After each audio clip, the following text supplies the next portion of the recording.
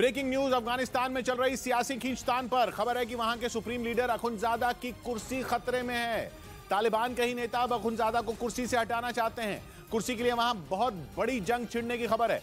दावा किया जा रहा है कि पूरा हक्कानी नेटवर्क अब अखुंदजादा को सुप्रीम लीडर के पद से हटाने के काम पर लग गया है। कुर्सी के लिए तालिबान में इस हद तक आपसी खींचतान पहले कभी नहीं हुई, लेकिन अब अफगानिस्तान की सरकार में एक बहुत बड़े उठापटक की सूरत बनती साफ दिखने लगी। इस बार अफगानिस्तान के सुप्रीम लीडर अखुंदजादा की कुर्सी खतरे में दिख रही है।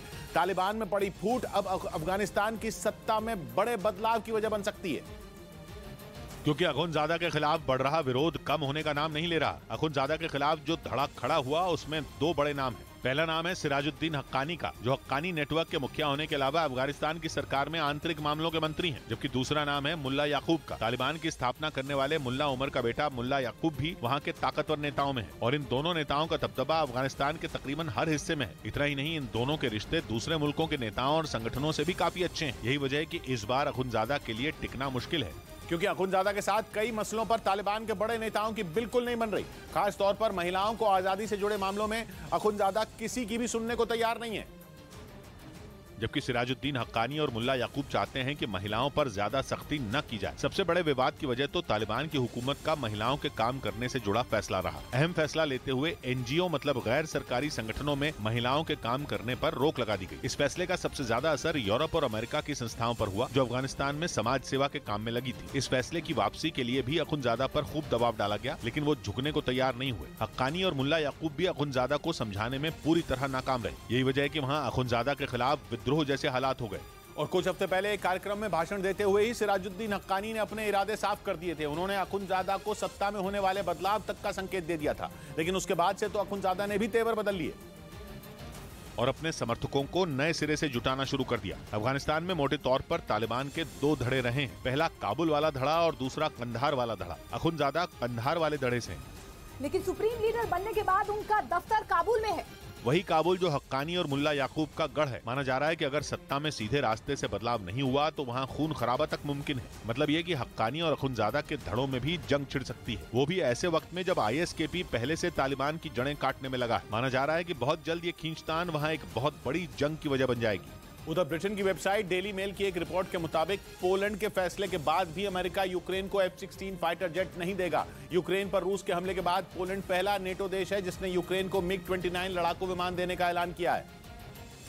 यानी युद्ध के एक साल बाद पहली बार यूक्रेन को खतरनाक फाइटर जेट मिलेगा, जिसके लिए जेलेंस्की कई महीनों से अमेरिका समेत दूसरे कई नेटो देशों से गुहार लगा रहे हैं, लेकिन अब तक किसी ने भी यूक्रेन को फाइटर जेट नहीं दिया था। हालांकि यूक्रेन का पड़ोसी पोलैंड जेलेंस्की की मदद के लिए आगे आया। उसने कुछ रोज पहले ही ऐलान किया कि वो आने वाले कुछ दिनों में 4 MiG-29 लड़ाकू विमान यूक्रेन भेजेगा। इतना ही नहीं, 4 MiG-29 यूक्रेन पहुंच जाने के बाद वो 12 और लड़ाकू विमान वहां भेजने की तैयारी कर रहा है। लेकिन पोलैंड के फैसले का अमेरिका पर जरा भी असर नहीं हुआ। उसने एक बार फिर साफ कर दिया कि वो अपने बेहद आधुनिक और घातक F-16 फाइटर जेट यूक्रेन को नहीं देगा। जबकि जेलेंस्की लगातार बाइडेन से ये कह रहे हैं कि अगर रूस को हराना है तो वो F-16 फाइटर जेट यूक्रेन भेज दें, क्योंकि अमेरिका के इस लड़ाकू विमान को दुनिया के सबसे खतरनाक लड़ाकू विमानों में एक माना जाता है। और अगर ये विमान यूक्रेन को मिल गया तो वहां से रूस की सेना के पैर उखड़ सकते हैं। F-16 की गरज से ही रूस के सैनिकों में खलबली मच सकती है। अमेरिका के मुताबिक उसके इस लड़ाकू विमान का वार इतना सटीक होता है कि दुश्मन पल भर में तबाह हो जाता है। इसी वजह से यूक्रेन लगातार अमेरिका से इस खतरनाक लड़ाकू विमान की मांग कर रहा है। लेकिन अमेरिका के रक्षा मंत्रालय पेंटागन के प्रवक्ता जॉन किर्बी ने एक बार फिर इससे साफ इनकार कर दिया। उन्होंने पोलैंड के MiG-29 देने के ऐलान का जिक्र करते हुए ये कह दिया कि इससे अमेरिका के फैसले पर कोई असर नहीं होगा और वो किसी भी हाल में F-16 यूक्रेन नहीं भेजेगा। जबकि अमेरिका में भी अब इस बात की मांग होने लगी है कि यूक्रेन की मदद के लिए F-16 फाइटर जेट वहां भेजे जाएं। कुछ रोज पहले ही ऐसी खबर आई थी कि अमेरिकी सरकार पर दबाव बनाने के लिए वहां के 8 सांसदों ने एक चिट्ठी लिखी, जिसमें बाइडेन सरकार से यह अपील की गई कि वो जल्द से जल्द F-16 यूक्रेन भेज दे। अमेरिकी सांसदों ने अपनी चिट्ठी के जरिए इस बात को रखा कि F-16 भेजकर यूक्रेन की मदद करने में जरा भी हिचकिचाना नहीं चाहिए, क्योंकि उसे जंग में इस वक्त अच्छे फाइटर जेट की सबसे ज्यादा जरूरत है। और यही बात जेलेंस्की भी अमेरिका को लगातार समझा रहे हैं, लेकिन वो F-16 यूक्रेन नहीं भेजने के फैसले पर लगातार अड़ा हुआ है।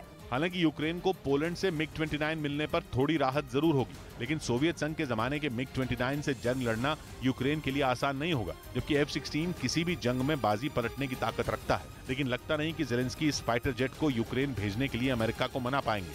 इधर पाकिस्तान के बलूचिस्तान प्रांत में सुरक्षा बल के जवानों ने 3 आतंकियों को मार गिराया। पाकिस्तान की मीडिया के मुताबिक तीनों आतंकी वहां किसी बड़े हमले की फिराक में थे, जिसका पता चलता ही सुरक्षा बल के जवानों ने एक मुठभेड़ में तीनों को ढेर कर दिया। तीनों आतंकियों के पास से कई खतरनाक हथियार बरामद हुए। जानकारी के मुताबिक आतंकी वहां के इलाकों में धमाका करने की साजिश रच रहे थे।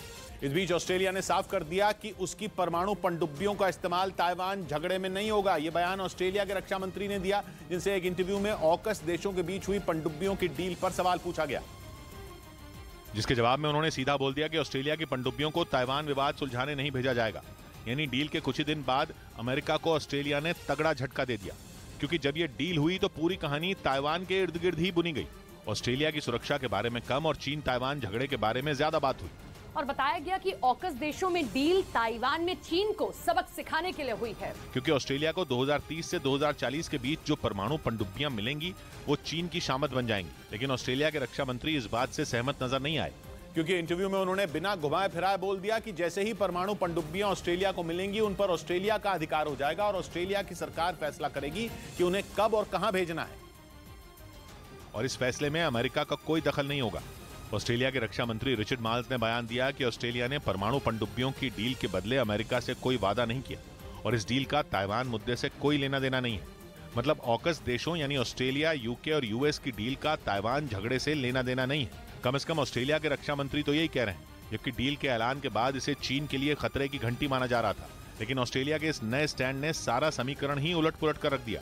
उधर अमेरिकी न्यूज चैनल CNN ने दावा किया कि एक हफ्ते में दूसरी बार नेटो ने रूस के लड़ाकू विमानों को खदेड़ दिया। खबर के मुताबिक रूस के लड़ाकू विमान एक बार फिर नेटो देश एस्टोनिया की हवाई सीमा के करीब पहुंच गए थे, जिन्हें वहां से भगाने के लिए ब्रिटेन की वायुसेना के 2 टाइफून फाइटर जेट रवाना हो गए। ब्रिटेन के ये फाइटर जेट एस्टोनिया में ही तैनात है ताकि रूस की किसी भी हरकत का तुरंत जवाब दिया जा सके। और एक बार फिर ब्रिटेन के फाइटर जेट ऐसा ही करने के लिए उड़ गए, क्योंकि एक हफ्ते में दूसरी बार ऐसा हुआ जब रूस के लड़ाकू विमान एस्टोनिया के करीब पहुंच गए। खबर के मुताबिक इस बार रूसी सेना के Tu-134 विमान के साथ 2 सुखोई फाइटर जेट भी थे, जबकि रूसी सेना का एक कार्गो प्लेन भी उनके साथ मौजूद था। इससे पहले 15 मार्च को भी रूस का विमान एस्टोनिया के पास पहुंच गया था, जिसे वहां से खदेड़ने के लिए ब्रिटेन और जर्मनी ने साझा अभियान छेड़ा था और रूस के विमान को वहां से भगा दिया था। इस बीच इजराइल के प्रधानमंत्री बेंजामिन नेतन्याहू के एक बयान ने पूरी दुनिया को थर्रा दिया। ईरान के मीडिया का दावा है कि उन्होंने अपने बयान में यह साफ कर दिया कि जरूरत पड़ने पर इजराइल अकेले ही ईरान को सबक सिखाने के लिए उसके खिलाफ जंग का ऐलान कर सकता है। नेतन्याहू ने यह बयान अपने यूरोप दौरे के दौरान दिया और 17 मार्च को यूरोप के दौरे में हुई बैठकों में उन्होंने ये साफ कर दिया कि इजराइल किसी भी कीमत पर ईरान को उसके मंसूबों में कामयाब नहीं होने देगा, चाहे इसके लिए उसे अकेले ही ईरान से क्यों न भिड़ना पड़े। मतलब इजराइल ने 2 टूक कह दिया कि ईरान को सबक सिखाने के लिए उसे यूरोप की जरूरत नहीं है, वो अकेले अपने दम पर ही ईरान को चारों खाने चित कर सकता है। पश्चिमी मीडिया का दावा है कि ईरान न सिर्फ परमाणु ताकत बनने के लिए छटपटा रहा है, बल्कि वो चोरी छिपे बड़ी तेजी से परमाणु हथियार बनाने के काम में भी जुटा है। कुछ रोज पहले ही अमेरिका के रक्षा मंत्रालय पेंटागन ने दावा किया था कि ईरान एटम बम बनाने के करीब पहुंच चुका है, जबकि इजराइल ने यह कसम खा रखी है कि वो किसी भी सूरत में ईरान को परमाणु बम बनाने नहीं देगा, क्योंकि वो जानता है कि अगर ईरान ने न्यूक्लियर हथियार बना लिया तो उसका पहला टारगेट कोई और नहीं बल्कि इजराइल ही होगा। और इसीलिए वो ईरान को परमाणु ताकत बनने से रोकने की हर मुमकिन कोशिश में जुटा है। इजराइल के प्रधानमंत्री बेंजामिन नेतन्याहू कई बार ईरान को मिसाइल हमले की खुली धमकी दे चुके। कुछ हफ्ते पहले इजराइल के रक्षा मंत्री ने भी म्यूनिक सिक्योरिटी कॉन्फ्रेंस में कहा था कि ईरान को रोकने के लिए इजराइल किसी भी हद तक जा सकता है। और अब एक बार फिर यूरोप दौरे के दौरान बेंजामिन नेतन्याहू ने यह ऐलान कर दिया कि अगर ईरान ने परमाणु बम बनाने का इरादा नहीं छोड़ा तो वो उस पर अकेले ही हमला बोल देंगे।